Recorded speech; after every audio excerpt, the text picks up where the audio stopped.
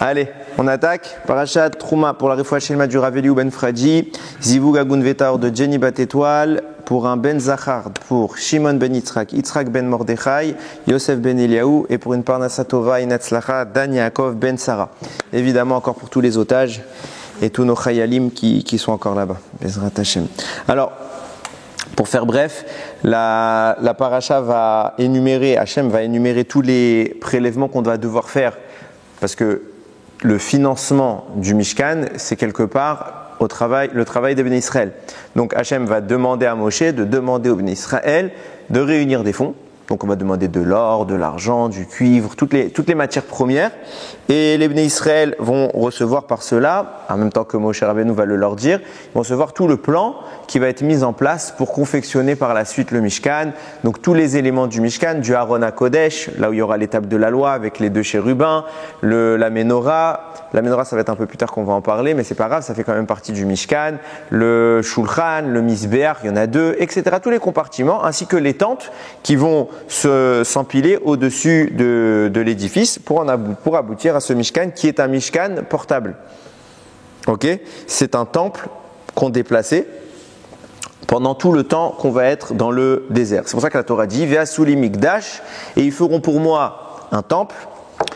Ve'shachanti betocham, et je résiderai parmi eux. La présence divine va se manifester au terme de toute l'expérience. Ça veut dire que Moshe Rabbeinu va ériger par la suite le Mishkan. Ça arrivera à la fin du livre. Donc Vayakel Pekoudé. Moshe va ériger et Akadosh Baruch Hu va descendre, entre guillemets, s'installer. Kechol asher mareotecha. Tout ce que Hachem s'adresse à Moshe, tout ce que maintenant je te montre, et tavnit à Mishkan, donc les plans du Mishkan, vet tavnit kol kelav, ainsi que les plans de tous les ustensiles, vechen tasu. Ainsi vous ferez. Ok. On a souvent l'impression, on va réfléchir sur cette idée, et on voit les choses comme ça, et c'est pas infondé, bien au contraire, de voir le Mishkan comme une sorte de prélude au Beth Amikdash qu'il y aura à l'époque de Shlomo des siècles plus tard, puisqu'il va y avoir toutes les conquêtes de Yeshua. Après, il y aura tout le livre des Shoftim. Les Shoftim, ce seront les juges. Le dernier Shofet, c'est le prophète Shmuel, qui va nommer les deux premiers rois d'Israël, à savoir Shaoul, qui va régner, qui va mourir, auquel va succéder David, qui va régner et qui va mourir, auquel va succéder Shlomo. Et là, enfin, on aboutira à la construction du Beth Amikdash en bonne et due forme à l'époque du roi Shlomo. Donc c'est pour vous dire, c'est pas pour tout de suite du tout. On a du temps. Donc entre-temps, il va y avoir le Mishkan. Le Mishkan va suivre les Bnei Israël pendant les 40 ans dans le désert. Il va suivre les Bnei Israël jusqu'à ce qu'en effet Shlomo Améler construise le Beth Amikdash. Donc ça veut dire jusque-là, il va servir de, même si au moment où on va rentrer en Israël, il va devenir fixe. C'est-à-dire il va se mettre au final, à un moment, il va être par exemple à Shiloh. Il va rester là-bas un bon moment. Il va être le Mishkan Shiloh. Ça va pas bouger. On va pas le déplacer toutes les semaines. Et c'est seulement quand le Beth Amikdash va arriver qu'il va quelque part prendre la place. Donc on perçoit les choses comme étant quelque part un prélude. Et on en arrive à une question que j'avais depuis longtemps et que j'ai jamais eu le temps d'élucider jusqu'à Baruch Hashem cette semaine. Finalement, quand on met les choses en perspective, quel est l'objectif du Mishkan ? Parce que rappelez-vous, et il faut toujours remettre les choses dans leur contexte parce que sinon ça n'a pas de sens. C'est pas on prend un élément, on parle du Mishkan et on fait une histoire dessus. Non, le Mishkan il intervient à un moment précis de l'histoire, il est dans la parasha de Trouma. Il y a débat pour savoir est-ce que le Mishkan a été donné, parce que vous savez que la Torah n'est pas écrite dans l'ordre. C'est-à-dire que des fois on avance sur des sujets puis après on revient en arrière pour revenir sur un élément. Ok ? Est-ce que l'ordre de construire le Mishkan a été donné avant la faute du veau d'or ? C'est un débat. C'est pas évident du tout. Du point de vue de Rashi, oui. Non, justement. Du point de vue de Rashi, il y a d'abord eu le veau d'or. Ok ? Après quoi, Hachem a demandé de construire un Mishkan qui va quelque part être la réparation du veau d'or. Mais ils ont donné tout leur or pendant le veau d'or. Non, ils n'ont pas donné tout leur or. Ils avaient une quantité astronomique de biens. Faut bien imaginer qu'ils ont dépouillé un pays. Ils ont pris tous les biens de l'Égypte. C'est écrit que l'Égypte s'était devenue vide de trésors. Donc on était dans une quantité de richesse, et c'est tellement vrai que quand les Bnei Israël vont commencer à apporter leur or, Moshe va dire stop, il y a trop, il y a beaucoup trop. Donc on ne saura plus quoi faire, parce que tu imagines quand même que finalement c'est pas un si grand édifice le Mishkan, hein, c'est pas quelque chose de gigantesque, c'est pas comme le Beth Amikdash ou quelque chose comme ça. Donc c'est pas très grand, il y a 600 000 personnes, sans compter le Erev Rav, hein. Donc il y a 600 000 personnes qui sont toutes plus riches les unes que les autres. Mais on parle des gens qui avaient des chariots entiers de trésors, des chariots, pas un chariot, des chariots. Donc ils étaient immensément riches. Donc le problème des biens, c'est pas un problème. Même avec le veau d'or, c'était pas un problème. Mais du point de vue déjà de Rashi, on a d'abord eu le veau d'or, donc Parashat Kitissa, et après, en réparation à ça, Hachem a demandé la construction du Mishkan. Du point de vue d'autres rabbanim, comme le Ramban, Nachmanide, non, le Mishkan, il n'a rien à voir avec le veau d'or, il vient avant. De son point de vue, le Mishkan est quelque part venu pour entre guillemets, à reproduire le dévoilement qu'il y a eu au Har Sinaï quand Hachem il a dit Anochi Hachem Elokecha, cet événement qu'on a connu extraordinaire où on a ressenti la présence de Dieu, voilà l'objectif du Mishkan. Donc, Vaudor ou pas Vaudor, Hachem il avait prévu de donner le Mishkan. Les deux sont vrais en réalité, je ne vais pas rentrer dans la polémique qui a raison, qui a tort, les deux sont vrais. Mais, on reste dans l'idée d'une histoire pour l'instant, du cours, du fil de l'histoire. Si on part du principe que Hachem demande le Mishkan, que ce soit avant ou après le veau d'or, combien de temps il est censé durer le Mishkan à cette époque de l'histoire? Parce qu'à cette époque de l'histoire, tout de suite après le veau d'or, Hachem nous pardonne, Moshe obtient notre pardon, et on devait aller où? En Israël. Il n'y a pas encore eu la faute qui a empêché les Bnei Israël d'entrer en Israël, ce sera Parashat Shelach, à l'époque des Meraglim, des explorateurs, donc plus tard. Donc tout de suite après, les Bnei Israël commencent leur route. Ils arrivent à la frontière d'Israël et là-bas il y aura l'événement des Meraglim qui font qu'ils vont perdre le droit, mais c'est pas encore arrivé tout ça. Je précise quand même, j'avais fait un shiur entier une fois sur ça, que cette punition plane déjà sur leur tête depuis le veau d'or, mais elle n'a pas encore été prononcée. Donc ils peuvent entrer en Israël. Et techniquement Moshe doit aussi rentrer en Israël parce que Moshe aussi, c'est dans le livre de Bamidbar, qui va perdre ce droit quand il va frapper le rocher et qu'Hachem va lui dire tu rentres pas en Israël. Donc dans les faits, tout le monde doit rentrer en Israël maintenant. Donc ça veut dire, là on reçoit Matan Torah, on court en Eretz Israël et les guerres sont réalisées sous l'égide de Moshe Rabbeinu. Donc on aurait eu toujours à nos côtés l'homme de tous les miracles. Les guerres, ça n'aurait pas été aussi difficile. Et déjà avec Yoshua, quand on va rentrer avec Yoshua, on va gagner les guerres. Il va y avoir des tonnes et des tonnes de miracles. Mais tu imagines, ça aurait été quoi avec Moshe? En d'autres termes, Ramim me le disent, si Moshe il avait mis un pied en Eretz Israël, c'était Mashiach. Fin. Donc en clair, je refais le schéma. On construit un Mishkan pour tout de suite aller en Israël. Et si Moshe arrivait en Israël, tout de suite il construisait le Beth Amikdash. Il te servait à quoi ton Mishkan? Non, parce que le Beth Amikdash, c'est pas uniquement si Israël est souverain sur sa terre, donc il faut d'abord faire toutes les guerres. Oui, mais c'est ce que je t'explique. Si les Bnei Israël n'avaient pas fauté et qu'ils étaient restés sous l'égide de Moshe, et en plus, je l'ai fait en bref, c'est peut-être pour ça que tu n'as pas eu l'info, mais en réalité, il n'y aurait même pas eu de guerre. C'est écrit que tous les peuples auraient dû partir. Il y en a qui l'ont fait, il y a 3 peuples qui sont partis. De même. Mais il y en a, en réalité, tous les peuples, et pas que 7, normalement il y en avait 10, ils auraient simplement vu les Juifs arriver, et devant la manifestation indiscutable que représentait la Shekhinah, Moshe Rabbeinu, etc., ils ont dit, bon, qu'est-ce que tu veux qu'on dise? C'est Hachem le maître du monde, on constate qu'il est présent avec eux, s'il veut cette terre, on leur donne. Donc en fait, tout le monde serait parti tout de suite, on se serait installé, on aurait construit le Beth Amikdash. Pourquoi on dit qu'Israël est acquise par le sang ou la fatigue? Par les Issourim. Donc c'est avant. Israël niknet be-Issourim. Ça, quoi qu'il en soit, les Issourim qu'on aurait eu, est-ce que déjà c'est vrai à l'époque de Moshe? J'ignore. Parce qu'encore une fois, faut conceptualiser l'idée que si Moshe entre, il est Mashiach. Ok? Donc la notion des Issourim, déjà, elle perd toute sa teneur. Les Issourim viennent pour faire des réparations. C'était une demande des Avot qu'on ait des Issourim. Donc en fait, déjà, ça vient pour faire une réparation. Première chose. Deuxième chose, et on va y venir tout à l'heure, on sait que le temple définitif est un temple qui tombe du ciel.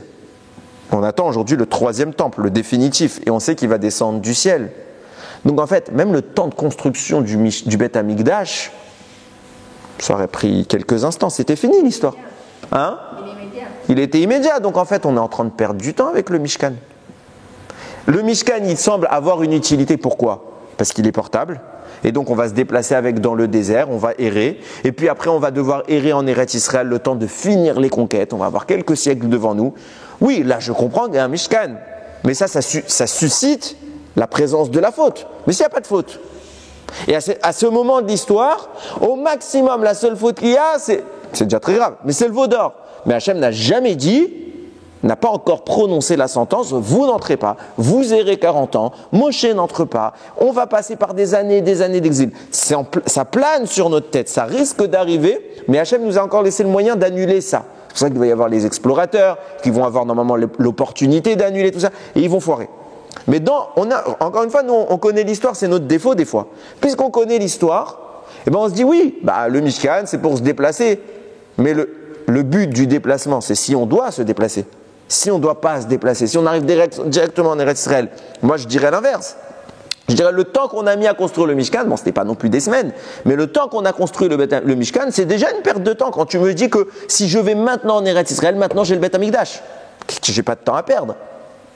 Alors c'est pas pour impliquer les Bnei Israël dans le process, alors disons maintenant ce que Dieu vous a donné avec la richesse, en fait ça revient Alors si tu veux parler d'implication, implique-le au Beth Amikdash. C'est une mission. C'est d'ailleurs, demande-leur faire un peu. Ishtadlout. Ça, c'était pas un problème, par exemple, c'est ce qui va se passer, financièrement parlant, quand David Améler va localiser l'endroit du Beth Amikdash, parce qu'il va localiser, il va devoir faire toute une enquête, avoir une prophétie, etc. Il va l'acheter avec l'argent cumulé de toutes les tribus, pour pas qu'on dise « Ah, il y en a un plus que l'autre ». Ça aurait pu être ça, notre Ishtadlout. Hachem, il aurait pu le faire très cher, C'était pas un problème. Moi, je parle maintenant d'un gain de temps. Quitte à investir, j'investis dans le vrai et pas dans le petit. Vous voyez ce que je veux dire? Là, en fait, et je vais aller plus loin, je vais vous démontrer encore un peu plus. Il y en a qui voudraient dire que le Mishkan, ce serait pour les louchot. C'est complètement faux. Pourquoi? Parce que, c'était l'année dernière, j'avais parlé de ça. Ça sert à quoi de donner des louchot pour les mettre dans une boîte qu'on n'ouvrira jamais? Ça sert à rien. À la base, comme ça écrit Chachamim, le Shem, je cite un parmi tant, le Shem Mishmuel par exemple, à la base les louchot elles n'avaient pas de rangement. Les louchot elles étaient universelles. Donc en fait déjà elles se portaient d'elles-mêmes, Moshe arrivait à les porter, mais en réalité on voit bien qu'à la fin Moshe a craqué, il a dû, quand les lettres sont parties devant le veau d'or, elles sont devenues lourdes et elles se portaient plus d'elles-mêmes, Moshe les a faites tomber. Mais bien plus que ça, en réalité, les louchot, on aurait dû les exposer et y accéder en permanence. La demande d'Hachem de construire une armoire, entre guillemets, le fameux tabernacle, c'est venu que pour les deuxièmes louchot. Et qui, elles, étaient déjà dans une situation défaillante par rapport aux premières louchot. Il faut attendre qu'on répare, qu'on arrive à élever les choses pour pouvoir les dévoiler, etc. Donc oui, en attendant, on les a bien cachées. Mais, normalement, pas de louchot, pas de Aaron HaKodesh. Enfin, du moins, pas besoin de poser les louchot quelque part. Ça signifie bien que le Aaron et le Mishkan en général, c'est pas pour les louchot. Alors, puisqu'il y avait un Mishkan, on y a mis les louchot. Puisqu'il y a eu la faute, il fallait un plan B. Mais l'originalité du projet, elle n'est pas là. Ça, c'est le premier point. Donc, en fait, je vous pose une question qui est toute bête et vous allez voir qu'elle est encore beaucoup plus importante au fur et à mesure de ce développement. C'est de savoir à quoi finalement, qu'est-ce qu'Hachem y voulait dans ce Mishkan. Hachem est en train de fixer sa résidence dans un endroit, et je le précise, et on va vraiment le démontrer, mais le désert, d'après le Zohar, c'est l'endroit où il y a le plus d'impureté. C'est un des lieux sur terre où il y a ce qu'on appelle les klipotes, les forces du mal. Hachem, tu veux résider là-bas? Beth Amikdash, Yerushalayim, on sait. Désert, c'est là-bas que tu crées ta maison. Tu comptes pas rester là-bas. Preuve en est, on se barre. C'est un message pour les Juifs en galoute. Alors on va parler de la galoute, évidemment qu'on va parler de la galoute. Alors venons, on va essayer de réfléchir ensemble. Viens le Or HaChaim déjà, il analyse nos psukim. Il dit déjà dans notre texte, il y a une ambiguïté. Il dit Ve'asuli Mikdash, ils vont me faire un Mikdash. Le Mikdash, c'est Beth Amikdash, c'est pas un Mishkan. Mikdash, il explique, il dit d'un côté on va écrire Mikdash, et après on change de texte. Il y a écrit Et Tavnit un Mishkan, le plan du Mishkan. Donc une fois on te parle du Mikdash, une fois on te parle du Mishkan. Et le Or HaChaim explique qu'en réalité, dans le même texte, Hachem est en train de mettre un parallèle et de faire une allusion aux lois de construction du Mishkan et du Bet Amikdash à l'époque de Shlomo. Il va y avoir les deux qui vont se chevaucher, et mieux que ça, le Haraim parfois va donner les rémazim, les allusions que le texte contient, qui nous permettront de comprendre. Là, on ne parle pas du Mishkan, on parle du Bet Amikdash, et ça c'est une information pour Shlomo Améler. Et c'est tellement vrai que écoutez bien ce que dit le Harizal. Mais pour comprendre ce que dit le Harizal, je suis obligé de faire une petite intro. Le Harizal analyse un passouk qui dit Kechol asher ani mariotecha, donc c'est le passouk qu'on a cité, tout ce que je vais te montrer, comme tout ce que je te montre maintenant, et tavnit à Mishkan, donc à savoir qu'est-ce que je te montre, le plan du Mishkan, vet tavnit kol kelav, et le plan de tous les ustensiles. Il y a une redondance. Il dit tout ce que je suis en train de te montrer, donc je te montre tout. On est d'accord. Donc je sais que tu m'as tout montré, tu lui as tout montré. Et après le passouk revient et il cite le plan du Mishkan et le plan de ses ustensiles. Ben, qu'est-ce que tu veux lui montrer d'autre? Si tu me dis que tu m'as tout montré, tu m'as montré le plan du Mishkan et des ustensiles. Donc pourquoi tu me dis que tu m'as tout montré, le plan du Mishkan et le plan des ustensiles? C'est deux fois la même information. De là, j'apprends que quoi? Quand le premier jet du passouk me dit tout ce que tu m'as montré, et qu'ensuite, après, il cite certains éléments, j'apprends qu'il n'a pas tout cité. Sinon, ce serait répétitif. Et de là, c'est pour ça que le passouk a besoin de me préciser tout ce que je t'ai montré, et après, il fait une distinction avec le reste, pour te dire qu'il y a un élément qu'on ne parle pas. Et on est obligé de l'insinuer dans la première affirmation. C'est quoi cet élément? Vient nous dire le Harizal. Sache que Shlomo Améler, qui va construire le Bet Amikdash, il est en réalité une incarnation d'une partie, d'une étincelle de l'âme de Moshe. Et Akadosh Baruch Hu est en train de parler à Moshe, il dit tout ce que je te montre. Qu'est-ce que je te montre? Non seulement le Mishkan et ses ustensiles, mais un autre élément. Quoi? Le Bet Amikdash. Moshe Rabbeinu a non seulement vu les plans du Mishkan qu'il est en train de construire, mais plus que cela, il a vu les plans que Shlomo Améler va devoir appliquer au Bet Amikdash. Pourquoi? Parce que Shlomo Améler, il va voir l'étincelle d'âme de Moshe. Donc lui aussi, il est en train de contempler au même temps que Moshe les instructions, l'architecture du futur Bet Amikdash. Hachem est en train de montrer les deux. Et donc notre passouk nous parle à la fois de l'un et à la fois de l'autre. Les deux informations sont en train de se chevaucher parallèlement. Et c'est pour cela qu'on voit naturellement, comme je l'ai dit tout à l'heure, on s'en doute, il y a un parallèle entre le Mishkan et le Bet Amikdash. Et il va falloir le déterminer et on va voir qu'il est très intéressant et tu as vraiment mis le point sur l'élément en question. Premier point, on va commencer à voir les différences entre les deux pour pouvoir comprendre en quoi ils sont communs. Premier point, qui va construire le Mishkan? Alors, la personne désignée comme étant, sur laquelle on va apposer le nom du Mishkan, c'est Moshe Rabbeinu. On parle du Mishkan de Moshe, mais Moshe ne va pas le construire. Qui est l'architecte? Betzalel. Et Betzalel est un enfant. Le Alshir, si je ne me trompe pas, il faudra vérifier, mais si je ne me trompe pas, le Alshir dit qu'il a 8 ans. Donc on va demander. Alors je veux bien que c'est un génie, hein. Je veux bien, mais il y en a plein des génies à cette époque-là. On a Moshe, déjà il y a Moshe. Ok, il y a Aaron, il y a plein. Et on va appeler un enfant de 8 ans pour lui dire c'est toi qui vas faire l'élément le plus important qui n'a jamais été construit dans toute l'histoire du monde. Peut-être plus tard il y aura le Bet Amikdash, c'est vrai. Mais jusqu'à maintenant, il n'y a pas eu plus important. C'est toi, petit garçon de 8 ans. C'est une dinguerie. Comment ça se fait que tu demandes à un enfant? Par contre, pour le Bet Amikdash, c'est Shlomo qui va faire les plans. Et Shlomo est l'homme le plus sage de toute l'histoire. Il a toute la sagesse, toutes les connaissances. Pas 8 ans. C'est le roi, il est chachouv. Un enfant de 8 ans. Et c'est la première fois qu'on parle de Betzalel dans la Torah. Donc en fait, pour nous, il débarque le gosse. Qu'est-ce qu'il vient faire ici? Pourquoi tu prends un enfant?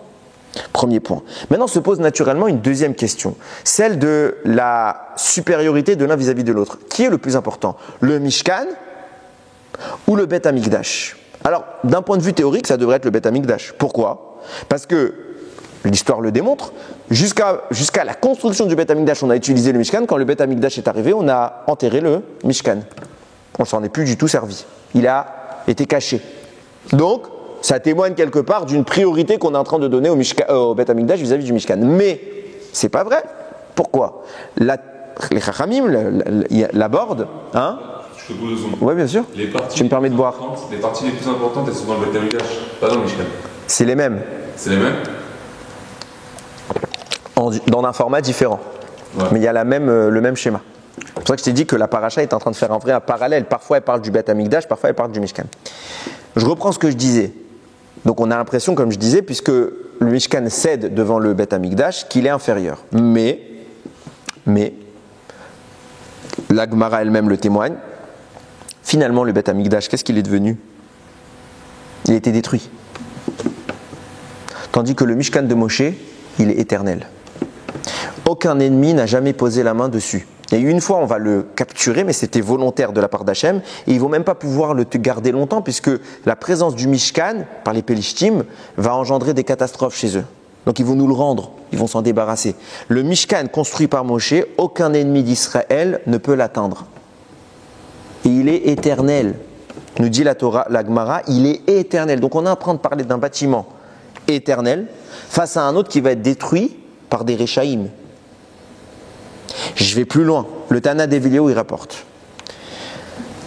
Pourquoi le Mishkan il a été caché jusqu'à aujourd'hui? Réponse, parce qu'Hachem ne voulait pas que les ennemis d'Israël puissent un jour le toucher. Pourquoi? Parce que les personnes qui l'ont construite étaient kshérim. Et ils l'ont construit avec leur cœur. C'est pour ça qu'Hachem déclare, à la fin des temps, je reviendrai placer ma présence, où ça? Dans le Mishkan. À la fin des temps, où Hachem se manifeste? Dans le Mishkan, pas dans le Beth Amikdash. Alors, je dis d'abord tout l'enseignement, et après on va l'analyser, on va voir qu'il y a plein de points. Et vient le Tana d'Eviyahu, il amène une preuve.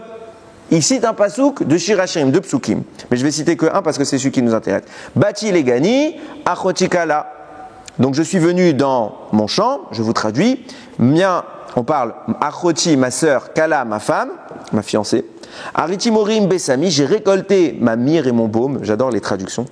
Achalti yarim dishi, chateni yenim chalavi, ichlu reim, shetu vishichu dodim. Je traduis donc, j'ai mangé de mes rayons de miel, j'ai bu mon vin et mon lait, mangez mes compagnons, buvez et enivrez-vous amis. Voilà ce que dit le verset. Le Tana d'Eviyahu se sert de ce verset pour prouver que Hachem reviendra dans le Mishkan à la fin des temps. Tu m'expliques où est-ce qu'elle est la preuve? Rien. D'habitude, dans la Gemara, dans les Midrashim, quand on cite un pasouk, on le cite, puis après mot à mot, on explique qu'est-ce qu'il voulait dire. Là, rien. On met point, et après il y a écrit entre parenthèses, Davar Acher, autre explication. Autre explication de ce verset. Et là, je suis obligé de vous le lire dans les mots pour ne pas m'embrouiller. Quand c'est écrit Bati Legani, je suis entré dans mon jardin, ça fait référence à quoi? Aux synagogues et au Beth Amidrash, qu'on va construire dans l'histoire. Quand c'est écrit Achoti Chala, ma sœur, ma fiancée, ça fait référence à qui? Au Bnei Israël. Jusque-là, ça me parle. Ariti Morim Besami, quand il y a écrit j'ai récolté ma myrrhe et mon baume, ça référence à la Torah, aux prophètes Nevi'im et aux Ktuvim, les hagiographes, donc ce qu'on appelle le Tanakh. Ok. J'ai mangé mes rayons de miel, ça fait référence au Midrash, à la Halacha, et tout ce qui en découle, toutes les histoires qui sont apportées. J'ai bu mon vin et mon lait, ça fait référence au Maasim Tovim, aux bonnes actions. Et tout cela conclut, mangez mes compagnons, buvez et enivrez-vous. Puisqu'on a tout ça, profitez de tous les biens spirituels qu'Hachem a donnés. Alors maintenant, je vais analyser ce texte. Vous allez voir qu'il pose plein de problèmes. Premier problème, on a dit qu'à la fin des temps, Akadosh Baruch Hu viendra où? S'installer dans le Mishkan. J'ai dit en introduction tout à l'heure qu'Hachem a l'intention de faire descendre un troisième Beth Amikdash. Donc c'est quoi le délire? Tu vas être là ou là? Si j'ai un Beth Amikdash, le Mishkan ne sert à rien. Si j'ai le Mishkan, tu te mets dedans, tu te mets pas dans le Beth Amikdash. Alors pourquoi tu le fais descendre? La même chose. Hein? Alors ce serait bien que ce soit la même chose. Mais pour l'instant, ce n'est pas la même chose en tout cas. Pourquoi? Parce qu'on a le Mishkan qui a été construit depuis Moshe. Et on voit bien que ce n'est pas la même chose que le Beth Amikdash, puisqu'il va être remplacé par le Beth Amikdash. Et mieux que cela, là, on parle du Beth Amikdash qui va être construit par Dieu. Donc il n'est pas là. Il n'a jamais été là jusqu'à maintenant, ce Beth Amikdash. Donc c'est pas la même chose. Premier point. Donc de quoi tu nous parles? Qu'est-ce qu'on attend nous à la fin des temps? Sur quoi on prie? Tishkon Betor Yerushalayim. De quoi tu me parles? Premier point. Deuxième point, c'est l'analyse technique. Je vous ai dit que pour prouver ça, le Tana d'Eviyahu cite le pasouk que je vous ai dit, mais il n'amène pas de preuve du pasouk. Il dit juste voilà la preuve, le pasouk, point. Après il dit autre explication, et quand il écrit autre explication, ça veut dire qu'a priori on ne parle plus de la même chose. Seulement, autre explication s'écrit entre parenthèses. Alors pour ceux qui ont l'habitude d'étudier une Gemara, un Zohar, ou tous les textes en général, Midrash pareil, quand il y a une parenthèse, on ne tient pas compte de son contenu. Pourquoi elle est là? Parce qu'en fait, on a retrouvé des fois dans certains livres, dans la majorité des livres, elle n'y était pas. Et on a retrouvé dans certains livres qu'il y était, alors on l'a mis au cas où. Mais bien souvent, c'est une erreur de recopiage. Donc on la met, on ne sait jamais, mais a priori, on n'en tient pas compte. Ce qui veut dire qu'en réalité, les deux enseignements, c'est les mêmes. Et quand on parle de ce principe, quand après il dit « je suis entré dans mon jardin », c'est les synagogues, les lieux d'études, etc. C'est ça l'explication pourquoi Hachem reviendra dans le Beth Amikdash, dans le Mishkan. Mais encore une fois, je ne comprends rien. Ce texte ne veut rien dire. Parce qu'il y a écrit « Bati Legani, je suis venu dans mon jardin », ça fait référence aux synagogues et au Beth Amidrash. « Achotikala, ma sœur, ma femme », ça fait référence à Israël. « Aritimorim Besami », c'est les bonnes actions. Bla bla bla bla bla. Quel rapport avec le fait qu'à la fin des temps, Hachem il revient dans le Mishkan et pas dans le Beth Amikdash? Ça prouve rien. Ça prouve strictement rien. Dans tous les sens, j'ai essayé de tordre le truc, on n'apprend rien. Et je vais vous dire mieux que ça, il y a un commentateur qui s'appelle le B.R. Yosef, qui dit oui, à la fin des temps, Hachem vient dans le Mishkan, parce que le Mishkan sera positionné juste à côté du Beth Amikdash. Donc en clair, Hachem il aura deux baraques, maison principale et résidence secondaire. À quoi il sert? Si tu me dis qu'il y a un intérêt qu'il y ait les deux, alors pourquoi à l'époque de Shlomo, tu n'as pas mis les deux? Il fallait mettre les deux. Alors soit l'un, soit l'autre. On a vu qu'il fallait soit l'un, soit l'autre. Dans le désert, on avait le Mishkan, et après on l'a remplacé. Alors je ne comprends plus rien. Tout ce qu'on comprend jusqu'à maintenant, ça ne marche plus. Alors il faut comprendre. Regardez, il y a un commentaire du Al-Shir HaKadosh, il fait au moins 5 ou 6 pages. Ok? Je vous rassure, on va essayer de dire que la substance, vous allez voir, c'est très intéressant. Et il explique Mamash, de quoi on parle quand on parle du Mishkan et quand on parle du Beth Amikdash. Quand Yaakov Avinu, il est parti de chez ses parents, fuir que la présence d'Esav qui voulait sa mort, il va arriver au fameux endroit où il va dormir et il va faire le rêve de l'échelle. Il va se réveiller, il va voir Dieu lui parler, il va comprendre où est-ce qu'il se tient, il va trembler de peur. Va Yomar Manora Makom Azé. Il va dire combien est redoutable cet endroit. Enzekim Bet Elokim Veze Shar Hashamayim. Ça ne peut être que la maison d'Hachem et je me trouve actuellement où? À la porte du ciel. On comprend bien que le monsieur qui parle, c'est pas un gars qui fait de la poésie. Yaakov est en train de parler de choses sérieuses. Preuve en est, la Torah recopie ce qu'il dit. Parce que vous vous rendez bien compte que la Torah n'a pas écrit tous les discours qu'un jour cet homme a tenus, ou tous les discours que Moshe Rabbeinu il a tenus. Il faudrait des pages et des pages. On a écrit que ce qui était concrètement lié à notre avodat Hashem, avec la Torah. Yaakov, quand il vient nous dire cela, il vient nous dire une information concrète. On est ici à l'endroit qui s'appelle la porte du ciel. Qu'est-ce que c'est que cet endroit? C'est l'endroit par lequel Dieu a commencé à débuter la création du monde. C'est le lieu où il y a eu la transition, le point de transition entre le spirituel, le shefa de Dieu, et sa matérialisation sur terre. C'est là le point. Enze Kim Bet Elohim, ça ne peut être que la maison d'Hachem, puisque c'est là où il se manifeste, où il transite. Veze Shar Hashamayim. C'est forcément la brèche qu'il y a entre notre monde et le ciel. Une brèche qui relie les deux. Cet endroit est tellement chachouv que c'est là que Adam Arishon fera son premier sacrifice. C'est là que Noach fera son sacrifice en sortant de l'arche. C'est là qu'Avraham fera la Akedat Yitzhak. Et c'est là que Yaakov est venu prier. Et c'est là que sera construit plus tard le Beth Amikdash. Parce que tout le flux divin transite par ce pont entre les mondes. On est un pied dans le matériel, un pied dans le spirituel.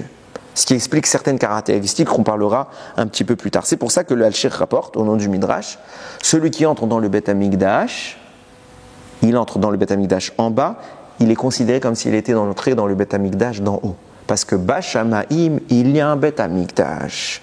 Et le Beth Amikdash en bas, qui se trouve justement à la jonction entre les mondes, dans cet ascenseur qui relie les deux ponts, ce Beth Amikdash d'en bas est précisément parallèle et agencé de façon à ce qu'il soit en osmose avec le Beth Amikdash d'en haut. Quelque part, il y a une projection, il est l'ombre, il est le reflet du Beth Amikdash d'en haut. Donc quand j'entre dans le Beth Amikdash en bas, je suis dans la maison d'Hachem. Mamash. Pas que dans ce monde, même Bashamaim. C'est pour ça que c'est écrit que le Kohen, quand il faisait un korban, on considérait qu'il était en train de se tenir dans le ciel, en train d'offrir un korban directement à Akadosh Baruch Hu. Maintenant, qu'est-ce que ça signifie? Quand Shlomo Améler il va témoigner de cela, Shlomo Améler, quand il va construire son Beth Amikdash sur terre, il va avoir une redondance, il va dire Bano, Baniti, Bet Zevul. J'ai construit. Il parle de la maison d'Akadosh Baruch Hu. Pour Akadosh, il a bâti sa demeure. Construire, j'ai construit. Alors dans les traductions, on ne tient pas compte de cette redondance, mais à chaque fois qu'elle est présente, ce format-là, Chachamim l'analyse. Pourquoi c'est écrit construire, j'ai construit? Parce qu'on parle d'une double construction, puisque le Beth Amikdash d'en haut n'a d'utilité que s'il n'arrive à se manifester en bas. Alors quand Shlomo HaMelech va terminer son édifice terrestre, il met un terme non seulement à son acte physique, mais il donne une base de vie à l'acte spirituel. Le Beth Amikdash d'en haut a maintenant un terrain d'expression. Donc il dit, j'ai permis l'acheminement du haut vers le bas, j'ai fait une double construction. Maintenant, on comprend ce que je vous ai dit tout à l'heure. Puisqu'on a un pied à la fois sur terre, à la fois dans le ciel, on comprend pourquoi le Beth Amikdash n'était pas dans la notion des frontières, dans la notion de la limite. L'espace est une notion étrangère au Beth Amikdash. J'en veux pour preuve. Quand on était là-bas tous, à Yom Kippour, on rentrait tous dans le Beth Amikdash. Et au moment donc on était tous face à face les uns sur les autres, il n'y avait pas énormément de place puisqu'on était tous concentrés dans un petit terrain. Et au moment de se prosterner, vous vous souvenez à Kippour, quand on se prosterne tout, qu'on se met par terre, on ne devrait pas avoir la place. C'est écrit que personne ne se plaignait de manquer de place. Témoignant que l'intérieur du bâtiment est plus grand que l'extérieur du bâtiment. Un espace restreint limité contenait un espace illimité. Donc on est à la fois dans le matériel, extérieurement, dans la couche extérieure, dans la chitzoniout du Beth Amikdash, on est sur terre, mais dans la pnimiout du Beth Amikdash, dans son intériorité, on est là-haut. Il n'y a plus la notion d'espace, il n'y a même plus la notion de temps, mais je ne vais pas rentrer dedans non plus. Maintenant, on va commencer à comprendre un peu les choses. Ça, c'est la position qu'a finalement le Beth Amikdash. Il est mekouvan, il est parallèlement aligné avec le Beth Amikdash d'en haut. Se pose ici donc la question de ce qu'est le Mishkan. Si tu me dis que le Beth Amikdash ne tire sa substance, son essence, que du Beth Amikdash par lequel il est connecté, et ça, c'est géolocalisé. Il y a un seul endroit qui s'appelle Sha'ar HaShamayim, c'est où? C'est Yerushalayim, le Har HaMoriah. Il y a à Hebron aussi, on dit. Non, c'est pas pareil. C'est une entrée vers le Gan Eden. Pas pareil. Gan Eden à Haaretz en plus. C'est encore moins pareil. Ok? C'est pas le Beth Amikdash. Ok? Donc on est bien dans un endroit qui est précis. Et encore même quand on parle là-bas de la disposition, il y a tout un sujet à traiter. Mais puisque ce qui exprime, ce qui permet au Beth Amikdash d'être le Beth Amikdash, de recevoir la présence divine, la Shekhinah, c'est parce qu'il y a le Beth Amikdash qui est juste au-dessus dans le ciel, qui s'appelle Sha'ar HaShamayim, c'est le point de départ, l'ancrage de la création du monde. C'est quoi le Mishkan? Le Mishkan, il n'est pas du tout là. Il n'est pas dans un endroit kadosh. Il est portable, donc il n'est pas géolocalisé. Il est vagabond, il bouge. Et malgré tout, il arrive à capter la Shekhinah sans avoir cette antenne qui vient capter les ondes du ciel. Et où est-ce qu'il est construit? Dans un endroit impur. C'est invraisemblable. Comment Akadosh Baruch Hu va faire résider sa présence là-bas? C'est tout sauf le lieu requis. Et en plus de ça, tu me dis qu'il bouge. Qu'on le démonte, qu'on le remonte. C'est la foire du trône. Ça n'a pas de sens. Tu démontes, tu remontes, tu déplaces. C'est quoi? Eh bien, écoutez bien ce qu'il va expliquer maintenant le Al-Shir. Toute la notion, elle est là. À quoi on compare cela? Il y a un midrash qui vient traiter de... C'est vrai, le Mishkan, par rapport au Beth Amikdash, était disposé en diagonale, en forme... Attends, j'ai pas compris. Le Mishkan, quand il y a eu le Mishkan, il n'y avait pas le Beth Amikdash. Non mais attends, quand il y avait le Mishkan, il n'y avait pas le Beth Amikdash. Ah d'accord. Donc les deux justement sont séparés, il l'a remplacé. Le Al-Shir explique comme ça la relation entre Hachem et Avraham. C'est comme l'ami d'un roi qui voit le roi à un moment marcher dans une ruelle sombre. Qu'est-ce qu'il fait? Il le voit par la fenêtre de sa maison, alors il lui met une bougie pour faire un peu de lumière. Le roi, il regarde la bougie, il voit un peu de lumière, donc il est attiré. Et il lui dit, je comprends pas, pourquoi tu m'éclaires depuis ta fenêtre? Viens devant moi et éclaire-moi. C'est quoi le machal? C'est quoi? Ça, c'était le machal, maintenant le nimshal. De quoi on parle? Avraham, il était en Chutz Laaretz. Il a commencé à être la lumière des nations. Il a commencé à faire savoir Dieu dans l'esprit des hommes, à le faire connaître, à répandre sa connaissance. Et Hachem lui dit, c'est bien beau tout ça, mais tu ressembles à quelqu'un qui est par la fenêtre et qui éclaire dans le noir. Pourquoi? Parce que tu n'es pas dans la lumière. Viens en Eretz Israël et éclaire devant moi. Parce que là-bas, c'est vraiment la réalité de la lumière. Vient le Halchir, il dit, mais pourquoi le Midrash parle d'Avram quand il est en Chutz La'aretz, on parle d'Avram qui éclaire au travers de la fenêtre, tandis que quand il est en Eretz Israël, on parle de la vraie lumière. Parce que c'est ce que je l'explique depuis tout à l'heure. En Eretz Israël, c'est Sha'ar HaShamayim. C'est la vraie porte d'entrée. Donc la lumière, elle est là. Le monde divin s'exprime ici. En dehors d'Israël, tu es dans l'obscurité avec ta petite bougie au travers d'une lumière. Pourquoi ? Parce que ce que tu permets de faire est un accès tellement restreint par rapport à la réalité de ton acte que tu ressembles à quelqu'un qui se déplace dans le noir avec une bougie au travers d'une fenêtre. Viens en Eretz Israël et je t'ouvrirai la véritable porte. C'est ça tout le rapport qui existe entre le Mishkan et le Beth Amikdash. Le Beth Amikdash, c'est Sha'ar HaShamayim. C'est la lumière originelle. Le Mishkan, c'est une petite lumière qui éclaire dans l'obscurité. Et quelle est sa fonction ? Quel est son objectif profond ? Eh bien, le Mishkan, il est défini dans le Midrash, qui est encore une fois rapporté par le Halchir HaKadosh. Le Halchir dit comme ça. Au moment où Kadosh Baruch Hu a dit, enfin c'est le Midrash qui dit comme ça, Mechila, Midrash Rabbah. Au moment où Kadosh Baruch Hu a dit au Bnei Israël de construire le Mishkan, il a fait un signe aux Malachim. Il leur a dit, vous aussi dans le ciel, construisez-moi un Mishkan. Et au moment où sur terre le Mishkan a été érigé, dans le ciel il a également été érigé. Et on appelle ce Mishkan le Mishkan du Nahar, de l'enfant. Qui est cet enfant ? C'est un ange. Un ange dont je ne vais pas dire le nom intégral, on n'a pas le droit, je dis que les premières lettres de ce nom, Matat. Cet ange, il faut savoir qui il est, c'est l'ange le plus proche de Dieu. C'est le Mishkan de Matat. Ok ?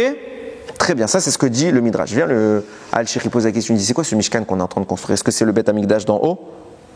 Non, ça ne peut pas être le Beth Amikdash d'en haut, puisque sinon on appellera le Beth Amikdash d'Hachem, et pas le Mishkan de Matat, de l'enfant. Ça n'a pas de sens. Et en plus, on voit qu'il ne correspond pas à Yerushalayim, il correspond à la construction du Mishkan d'en bas. C'est pour ça qu'explique le Halchir. On parle de deux choses. Quand on est en Chutz La'aretz, et là tu vas comprendre pourquoi ta réponse était pertinente. Quand on est en Chutz La'aretz, Hachem ne peut pas laisser la lumière se manifester pleinement. En Eretz Israël, c'est Sha'ar HaShamayim. Le monde est complètement reflété dans le ciel. Il n'y a aucun problème. La lumière s'exprime. Mais en Chutz La'aretz, avec la présence des nations, la présence de l'impureté, la lumière elle est restreinte. Et il fallait donc une manifestation restreinte de Dieu.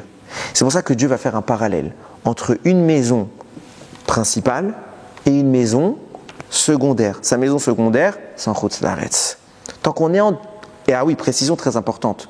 Sur ce Mishkan de Matat, c'est là-bas que sont apportés les Neshamot des Tzadikim tout le long de l'exil. Pourquoi on parle de l'exil exclusivement pour le Mishkan de Matat ? Parce qu'en réalité, ce Mishkan-là est le Mishkan de la Galoute. Et la présence divine qui se manifeste au travers d'une bougie derrière une fenêtre dans l'obscurité. C'est Avraham qui n'est pas encore arrivé en Eretz Israël. Il s'appelle Avram, c'est un autre personnage, quelqu'un de limité. Son potentiel ne s'exprime pas pleinement. Voilà le rôle du Mishkan. On a le Mishkan pour Chutz La'aretz, c'est pour ça qu'il est déplaçable, qu'on peut le faire suivre tous nos voyages, et on a le Beth Amikdash en Eretz Israël. Mais, encore une fois, se repose la question de la supériorité. Parce que si je caractérise les choses comme ça, on donnerait l'idée de dire que finalement, d'où vient la lumière du Mishkan ? C'est un écho de la lumière du Beth Amikdash, puisque lui c'est la vraie lumière, tandis que l'autre c'est la petite bougie. C'est quelque chose de restreint. Donc, quelque part, le Beth Amikdash incarnerait l'intérieur, la Pnimiyut, tandis que le Mishkan, c'est pour l'extérieur, c'est pour Chutz La'aretz, c'est la Chitzoniyut. Et de là, on arrive à quelque chose d'intéressant. Parachat de la semaine dernière. On est dans Mishpatim, et Hachem annonce « Ine anochi sholeach malach lefanecha » Voici, je vais envoyer un ange devant toi. L'ishmorcha badarer, pour te garder sur le chemin, etc. Ishamer mipanav, fais gaffe devant lui. Ushma bekolo, écoute sa voix. Altamerbo, kilo isa lepicharem, il supporte pas vos fautes, etc., etc. Rashi écrit en commentaire. De là, on voit qu'Hachem est en train d'annoncer aux Bnei Israël qu'ils vont fauter. Pourquoi ? Parce que si Hachem envoie un malach, ça veut dire que lui n'est plus avec nous. Sa présence divine ne veut plus résider au Bnei Israël, avec les Bnei Israël. Pourtant, on n'a pas fauté. pour ça que Rachid dit, Hachem il leur annonce, je sais ce qui va se passer, je sais que vous allez fauter. Alors d'avance, je vous dis, j'ai déjà prévu que moi je dois m'en aller et que je laisse place à un ange. Qui est l'ange dont on parle? Celui du Mishkan. Celui du Mishkan, Matat. Le Ramban, il s'interroge. Il dit, je comprends pas. C'est quoi l'intérêt de cette annonce? De nous dire, tu vas envoyer un ange à ta place. Pourquoi ça n'a pas d'intérêt? Parce que dans les faits, ça ne s'est pas fait.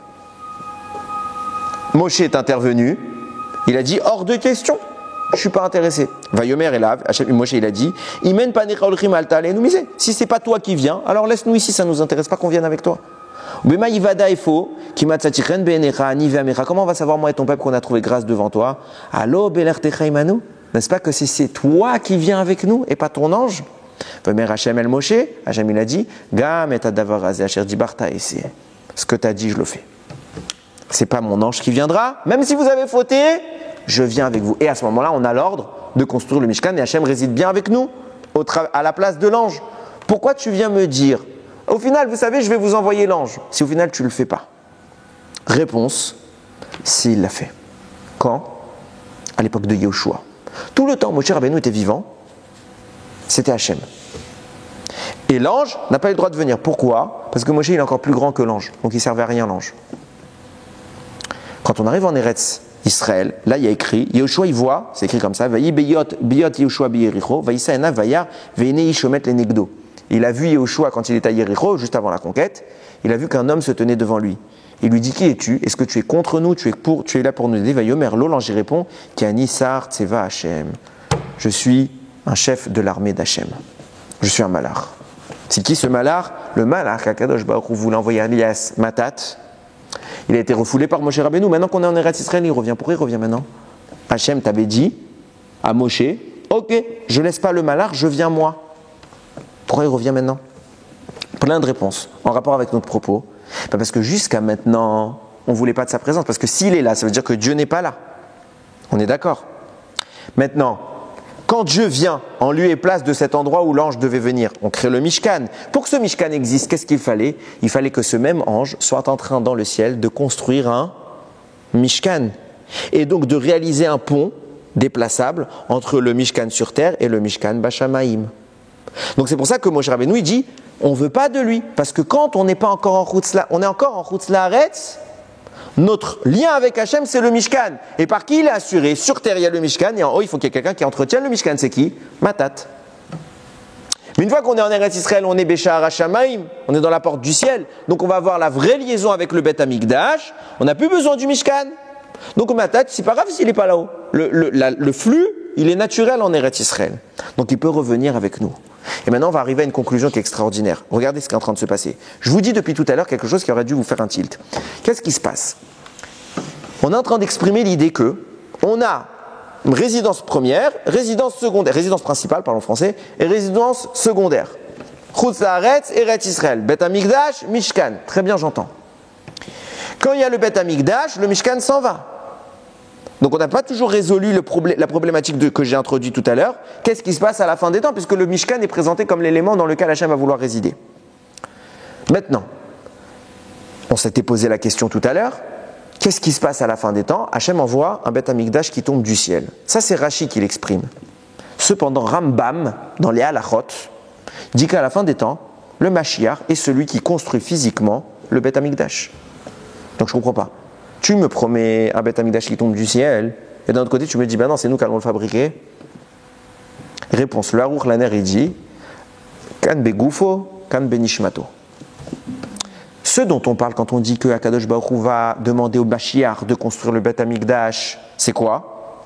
C'est Ba'aretz, on va construire un Beth Amikdash. Il faut un physique. Mais une fois que le Mashiach aura terminé son ouvrage, Akadosh Baruch Hu va donner la Neshama à ce Beth Amikdash. Et le Beth Amikdash de flamme qui est en haut et dont on parle depuis tout à l'heure, va descendre sur terre et fusionner avec le Beth Amikdash d'en bas. Ce ne sera plus un pont pour les rejoindre, ce sera une harmonie entre les deux. L'un superposé à l'autre. L'un sera l'habit de l'autre. Une question. Oui. Quand le deuxième Beth Amikdash a été détruit dans le premier, est-ce que celui d'en haut aussi avait été détruit? Intouchable celui d'en haut. C'est pour ça qu'il est éternel. Celui d'en bas était touchable. C'est parce que justement, celui d'en haut ne fait que projeter une onde. Baretz. Donc l'onde, s'il arrête de la projeter, et c'est ça la destruction du Beth Amikdash, lorsque Hachem a arrêté d'envoyer le flux, alors sur terre il s'est effondré. C'est pour ça que quand Nebuchadnezzar a détruit le Beth Amikdash, il y a une bat-kol, une voix céleste qui est sortie qui a dit « Tu as détruit des murs qui étaient déjà cassés ». Parce qu'Hachem il a retiré l'âme du Beth Amikdash, et quelqu'un qui a perdu son âme, il meurt. Donc en fait, Nebuchadnezzar et les Romains par la suite n'ont fait que pousser les pierres qui étaient déjà par terre. Mais le Beth Amikdash final, l'âme descend dans le corps. Et l'âme éternelle. Donc il entrera dans la notion de l'éternité. Maintenant, j'ai un problème avec ça. Vous connaissez un autre enseignement de nos sages qui contredit ce que je viens de vous dire. C'est quoi? C'est écrit qu'à la fin des temps, Akadosh Baruch Hu va récupérer toutes les synagogues et toutes les maisons d'études. Chaque fois qu'il y aura eu un Beth Amidrash ou un Beth Knesset, Pechutz Laaretz, Akadosh Baruch Hu va les récupérer de Chutz Laaretz, il va les faire monter à Yerushalayim et c'est avec ça que sera construit le troisième Beth Amikdash. Donc je ne comprends pas. Ça, c'est l'aspect physique, on est d'accord. Donc c'est qui va faire ça? C'est Hachem? Parce que ça peut être qu'Hachem qui récupère tous les endroits qui ont été éparpillés dans l'histoire. Ça peut pas être un homme. Et pourtant tu viens de m'expliquer que c'est le Mashiach qui va faire tout ça. Et là maintenant on comprend tout. La question c'est la réponse. Depuis le début je vous explique ce qu'est le Mishkan. Le Mishkan c'est quoi? C'est la résidence d'Akadosh Baruch Hu qui est restreinte. Où ça? En Chutz Laaretz. Et, souvenez-vous, ce qu'avait dit le Tana d'Eve Eliyahu. Je vous avais rapporté ce texte, donc on ne comprenait pas le sens. Qu'est-ce qu'il disait? Il faisait l'annonce, non c'est pas là, il faisait l'annonce qu'à la fin des temps, Hachem, il avait tellement aimé la bonté du peuple juif pour construire le Mishkan, qu'il a dit, je veux celui-là. Pourquoi? Parce que le Beth Amikdash Ashlishi, c'est moi qui l'ai construit, Hachem dit. Tandis que ça, c'est vous qui l'avez construit. Je veux ce que vous avez construit. Et il a amené une preuve, le Tana d'Eve Eliyahu. Une preuve qui n'en était pas une. On avait dit, il y a écrit Bati Legani Achotikala. Ça faisait référence à quoi? Aux synagogues, au Beth Amidrash, aux lieux d'études, aux mitzvot, au Bnei Israël. De quoi on me parle? C'était quoi le rapport, la corrélation entre les deux? Réponse. Puisqu'Akadosh Baruch Hu a donné le Mishkan, c'est quoi le Mishkan? C'est le lieu de résidence à distance, en Chutz Laaretz. Qu'est-ce qu'Akadosh Baruch Hu a fait par la suite? Il a caché ce Mishkan parce qu'il savait qu'on allait retourner en exil. Et il a permis à ce Mishkan d'émaner là où les Bnei Israël seront. C'est pour ça que c'est un Mishkan qui se déplace en fonction du déplacement des Juifs. Là se trouve le Mishkan. Et à chaque fois que les Juifs ont été dans un endroit différent en Chutz Laaretz, qu'est-ce qu'ils ont fait? Ils ont construit un Beth Amidrash, ils ont construit une synagogue, ils ont été là-bas, le peuple juif s'est réuni là-bas, ils ont fait la Torah, ils ont fait les mitzvot, ils ont fait les tfilot, ils ont servi à Kadosh Baruch Hu. Toute cette énergie-là, d'où elle provient? D'où l'étincelle de Gdusha qui a permis à cet endroit, à la synagogue, au Beth Amidrash de germer. D'où elle est venue? Elle vient de ce Mishkan qui, depuis le ciel, et il a été construit par Matat, cet ange-là, il vient éclairer sur terre tous les endroits où les Béné Israël seront en galoute. Et on comprend pourquoi le Mishkan a été construit par Betzalel, un enfant. Parce que l'ange en question, il est appelé Nahar, un enfant. Parce qu'il a une proximité particulière avec Hachem. Il est appelé un enfant. C'est pour ça que sur terre, seul un enfant pouvait construire le Mishkan. Mais qui va devoir se charger de la dernière étape? Moshe Rabbeinu. Pourquoi Moshe Rabbeinu? Parce que Chachamim nous explique, au fur et à mesure de l'histoire, il y a eu des grandes fautes. Et les grandes fautes ont repoussé la présence divine de strate en strate vers le haut. Première faute, Adam Rishon. On monte d'un niveau. Deuxième faute, son fils, Caïn, qui tue Hével. Troisième faute, son petit-fils, Enoch, qui invente l'idolâtrie. Quatrième faute, la génération de Noach. Cinquième faute, la tour de Babel. Sixième faute, Sdom et Amora. Septième faute, les frères vendent Yosef et on descend en Égypte. Précision importante, mais je ne vais pas expliquer pourquoi. Pour ceux qui comprennent, ils comprennent. Yosef est également appelé Nahar, un enfant. Fin de la parenthèse, je vous laisse méditer dessus. Maintenant, qu'est-ce qui se passe? Pour pouvoir faire redescendre la Shekhinah sur terre, il va y avoir besoin de 7 générations de tzadikim. Avraham, Yitzhak, Yaakov. 3 premiers. Lévi, le successeur, ce sera Lévi, puisque en Égypte, qui va être le leader spirituel, ce sera la tribu de Lévi. Ensuite, ce sera Kehat, son fils, Amram, le père de Moshe, puis, 7e personne, Moshe Rabbeinu. Moshe Rabbeinu va être le jalon final qui, de la dernière étape, va faire redescendre la Shekhinah sur terre. Entre guillemets, c'est pour ça qu'à Kippour, vous terminez la Neila en disant Amonai ou Elohim, Amonai ou Elohim, vous le répétez 7 fois. Parce qu'à la Neila, la Shekhinah se retire. Elle est descendue sur terre et elle se retire encore et remonte dans les 7 sphères dont je parle. Ça, c'était pour la petite info pour quand vous serez à Kippour l'année prochaine. Bezrat Hashem. Mais on descend 7 et on dit 7 fois Hachem ou Elohim, il remonte. Parce qu'à l'année là, il s'en va. C'est pas vraiment des générations différentes. Pourquoi? Vous avez dit Aaron était 2 ou 3. J'ai pas dit Aaron. Pardon, Lévi. Non, j'ai dit Il y a Lévi à qui? l'histoire des 7 fautes qui ont fait descendre la Shekhinah, qui ont fait partir la Shekhinah, c'est celle-là. Et au fur et à mesure, on a fait redescendre grâce à 7 tzadikim. Même si les tzadikim ont commencé le travail plus tôt. Ça n'empêche pas. Fais ton calcul, il y a eu 7 descentes, il y a eu 7 montées, 7 descentes. Donc même si à un moment ou à un autre, on a transité comme ça, on a finalement fait redescendre. Et le dernier intervenant, c'est bien Moshe Rabbeinu.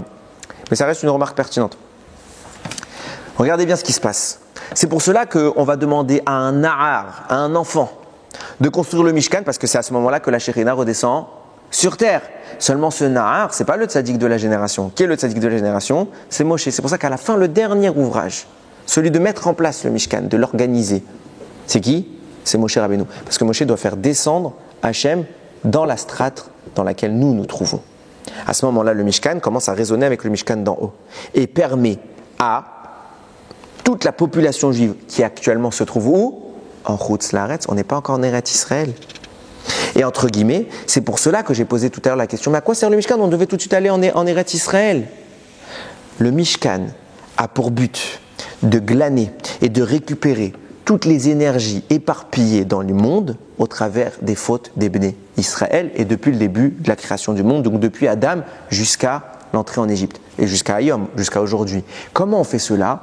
Arshkadosh Baruch Hu émet une aura, un écho, et cette aura-là permet aux Bnei Israël de trouver le lieu de sainteté dans l'endroit dans lequel ils se trouvent. C'est pour ça que en Chutz Laaretz, on est parvenu à faire des synagogues.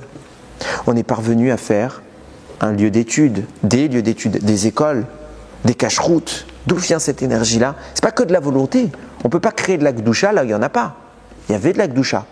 Et c'est justement le Mishkan d'en haut, de ce matat, qui venait résonner en bas pour quelque part créer un élan qui a permis à cette Gdusha de germer et de fleurir. Vient la fin des temps, Akadosh Baruch Hu récupère toutes les énergies éparpillées aux 4 coins de la planète et de toute l'histoire, et il les cumule où? À Yerushalayim. Pourquoi il fait ça? C'est qui? C'est l'homme qui fait ça ou c'est Hachem qui fait ça? Grâce à qui il va faire ça, Hachem? Grâce à la construction d'un homme. Quel est cet homme? Celle de Moshe Rabbeinu qui a construit avec Betzalel, qui a construit physiquement de l'œuvre de leurs mains. Ils ont construit le Mishkan. Le Mishkan finira par être quoi? C'est comme je l'ai dit tout à l'heure. Le Mishkan, c'est Bachutz, c'est la Chitzoniut, et le Bet Hamikdash, c'est la Pnimiout. Quand j'ai dit que le Bet Hamikdash, il y aura le Bet Hamikdash, il y aura le Mishkan, Hachem il dit je veux vivre dans votre construction. C'est pas contradictoire. Comme je l'ai dit, comme le Aruch Laner l'a dit. Il y aura un corps à ce Bet Hamikdash qui va descendre sur terre. D'où viendra ce corps que le Mashiach va devoir sculpter de ses mains? Qui est le Mashiach? C'est Moshe Rabbeinu.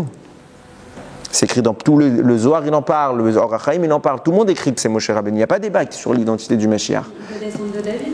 Ken, mais Moshe Rabbeinu, c'est un Neshama, c'est un Or HaChaim sur Parashat Vayechi, chapitre 49. Là-bas, le Or HaChaim fait toute la démonstration pour dire que Moshe Rabbeinu, il est l'équivalent de 600 000 Bnei Israël, de toutes les âmes du peuple juif. Moshe Rabbeinu, il n'est pas que Lévi. Il est Lévi, Yehuda, Issachar, Zevulun, Ménaché, Ephraim. Il est toute l'entité juive à lui tout seul. Donc, en fonction de son expression, il devient ce qu'il doit être au moment où il se manifeste. Plus que ça, si tu veux vraiment un vrai élément de réponse, tu regardes le shiur que j'ai fait sur Parashat Vezot Aberacha cette année, 5784.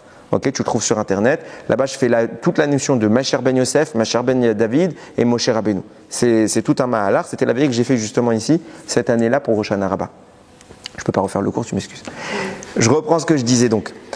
Il se passe qu'à la fin des temps, Akadosh Baruch Hu récupère toute l'énergie qui a été engendrée par le Mishkan. Et cette énergie-là, ces briques qu'on a bâties de nos mains, nous les hommes, Hachem dit, vous les avez bâties avec votre cœur, c'est dans ça que je veux résider. Mais le Bet Hamikdash que je veux faire descendre de feu, c'est moi qui l'ai construit, il n'a pas la même importance à mes yeux. C'est la même chose. Parce que ce que nous avons bâti, c'est l'endroit où le Bet Hamikdash va pouvoir descendre. Hachem réunit le tout, on construit le Bet Hamikdash physiquement, et la Shekhinah, comme à l'époque du Mishkan, comme à l'époque du premier Bet Hamikdash, vient s'incarner. Cette fois, il n'y a plus un écho du ciel vers la terre, il y a une fusion des cieux, et la brèche devient permanente. On est en permanence Baolam Hazé et Baolam Haba.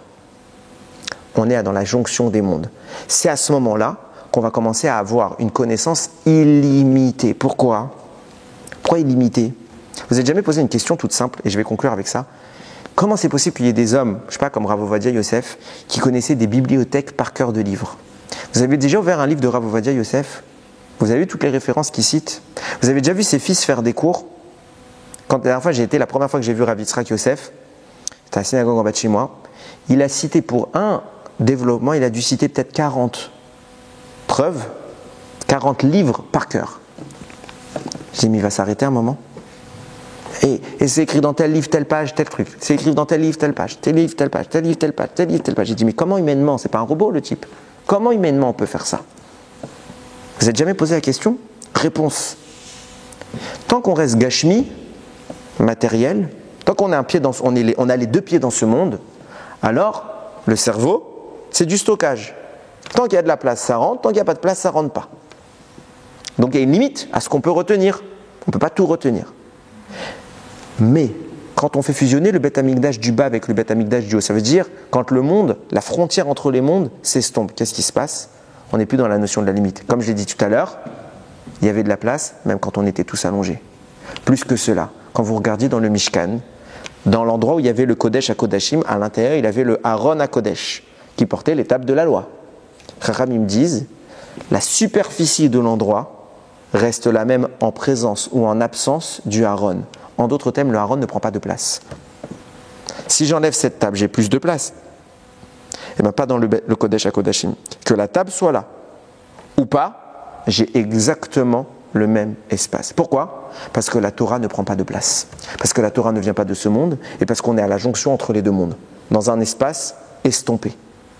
Puisque on arrive à la fin des temps, dans une capacité où le monde se retire et fusionne quelque part avec ce qu'il y a là-haut, dans l'absence de limite, alors tout devient illimité. L'éternité, le temps n'a plus de sens et la connaissance grandit, grandit, grandit.